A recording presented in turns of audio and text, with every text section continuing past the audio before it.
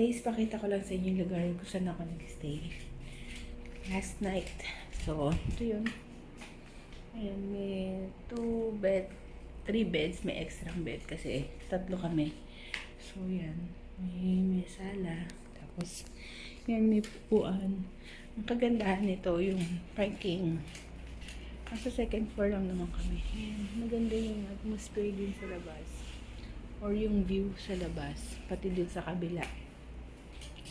So, yan. Pakita ko sa inyo. Libot ko kayo dito. Yung, medyo, hindi siya ganun ka. Kasi medyo luma na siya. Pero, presentable pa naman, guys.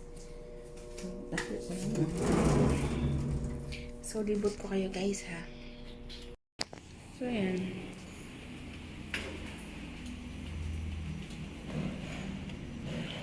Ay, makikita nyo. Tapos, ito yung stair.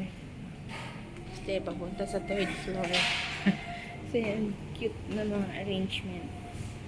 Sala. So, diba? Ang cute ng ganda ng mga nila. Upuan nila. As in, parang talagang antigo. So, yan. Ito yung view sa lobby.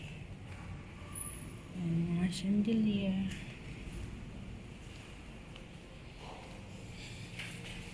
So, hindi na ako mag-elevator. Maghahagdan na lang ako. Para mas ma-enjoy ko yung view. Ayan yung view sa labas. Ayan. Diba? Time check, 7:30. So, magbe-breakfast na kami sa labas. Sa hotel. Kasi may free breakfast tong kinuha namin. So, yan, para papakita ko sa inyo yung lobby. Yung lobby.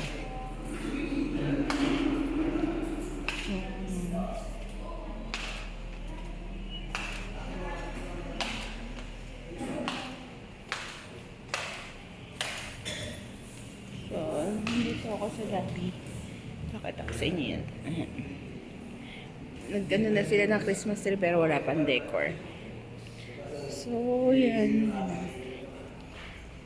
Yan yung kanilang design dito.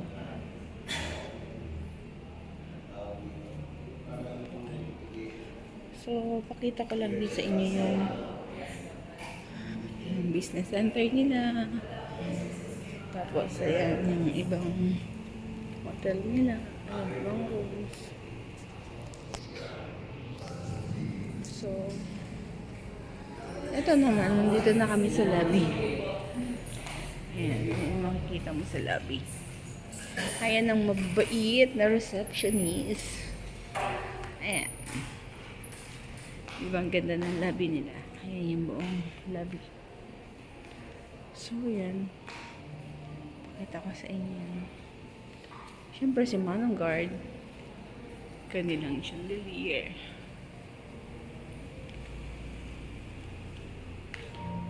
Maluwag din naman yung nila, lobby nila. Tapos, ayun na yung hotel. Good morning! So, nandito yung resto nila. So, dyan kakain. So, PWD friendly kasi mayroon silang rampahan papunta sa resto. So,